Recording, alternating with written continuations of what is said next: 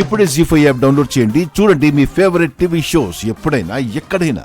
మీరు చేసిన పాపాలు లెక్కగడితే కంసుడు కృష్ణుడి ప్రాణాలు తీసేయాలనుకున్న దగ్గర నుండి చివరికి తన ప్రాణాలే తను పోగొట్టుకునే వరకు చేయాల్సిన తప్పులన్నీ చేసావు పెదనాన్న. అందుకే అడుగుతున్నాను, నా పసుపు కుంకాలు తుడిచిపెట్టుకుపోకుండా చూస్తావా గంగా?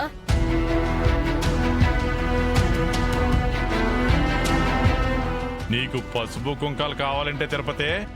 అవునండి. మీ అత్తయ్య అడిగితే నా ప్రాణం తీయకుండా వదిలేస్తావా గంగా? రే, పసుపు కుంకాలు ఎక్కడున్నాయి? నీ పక్కనే అమ్మ చేతిలో ఉన్నాయి నాన్న.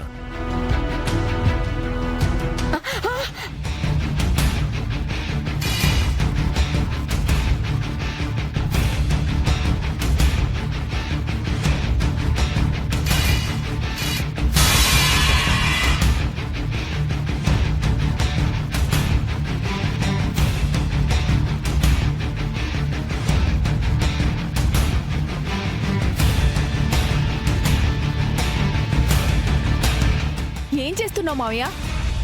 కళ్ళు కనపడట్లేదు కానీ లేదంటే నా ప్రాణమైనా తీసుకునేవాడిని, అది లేదంటే మీ అత్త ప్రాణాలైనా తీసుండేవాడిని. నాకు మళ్ళీ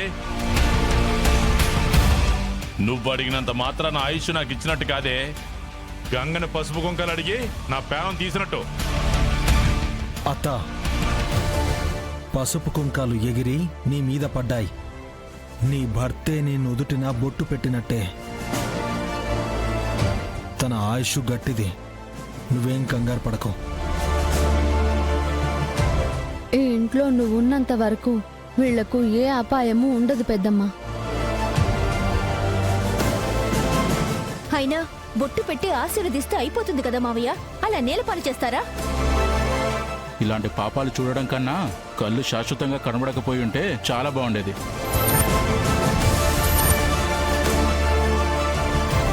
అమ్మా నాగవల్లి, మేము వెళ్ళొస్తామమ్మా. మంచిదన్నయ్యా. వస్తాం నాగవల్లి. అలాగే వదినా.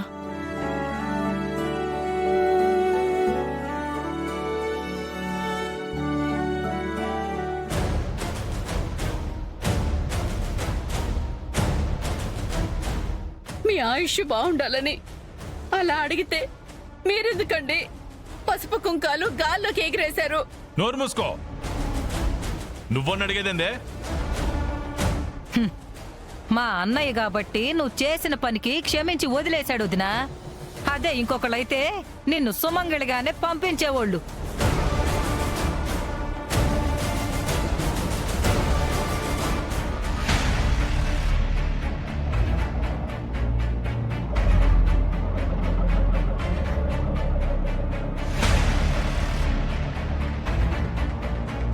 ఏంటి బాబు, వెళ్ళేటప్పుడు ఆనందంగా వెళ్ళారు, వచ్చేటప్పుడు మౌనంగా ఉన్నారేంటి?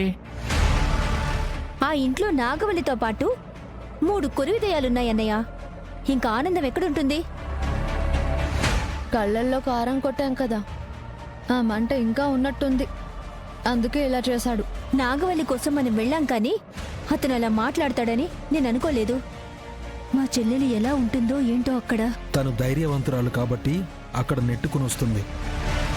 ఇంకొకరైతేనా ఒక్క క్షణం కూడా ఉండలేరు. నేనెప్పుడూ ఆ ఇంటి కోడల్నైపోయానన్నయ్య.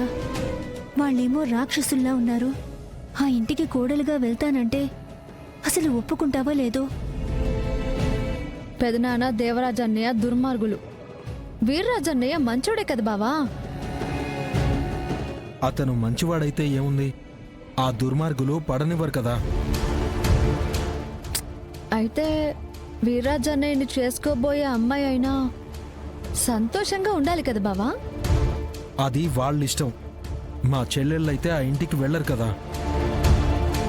ఒకవేళ వెళ్తే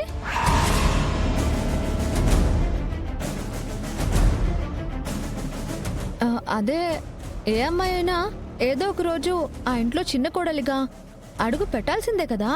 ఆ అమ్మాయి పరిస్థితి ఏంటి అంటున్నాను. వాళ్ళ జీవితం ఎందుకు నాశనం చేస్తారు?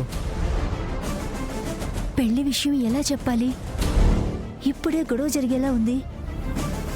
అన్నయ్య వీర్రాజు బావని కూడా నమ్మట్లేదే.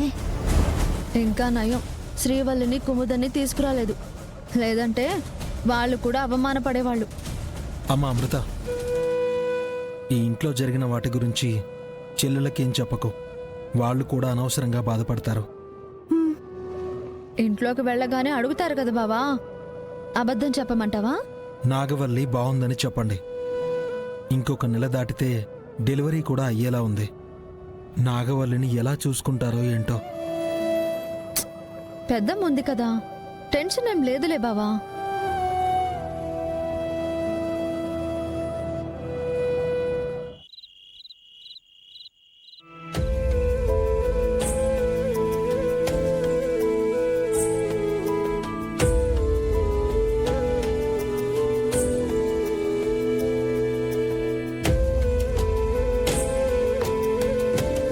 అత్తయ్య, భోజనం చేయత్తయ్య.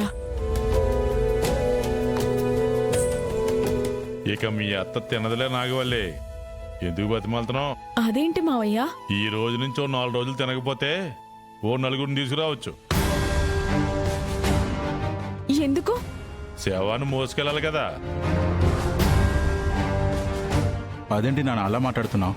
మరి అంతే కదా, సుమంగలిగా వెళ్ళిపోవాలనుకుంది. ఏ ఆడదైనా అదే కోరుకుంటుంది, సుమంగళిగా వెళ్ళాలని.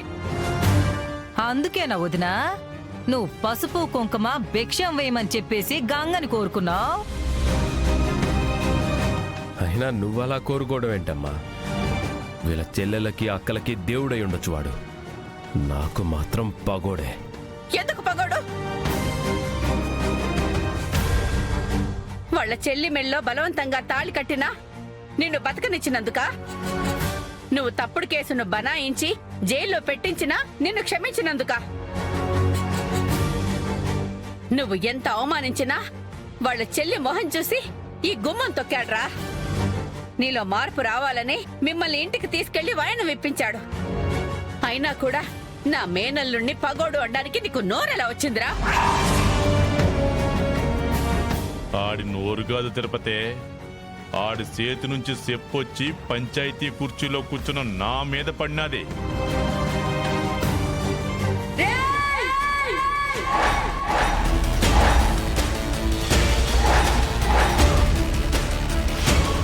అప్పుడు నన్ను చూసి నవ్వుకున్నారు, కానీ ఏ ఒక్కరి కళ్ళల్లో భయం కనపడలేదు.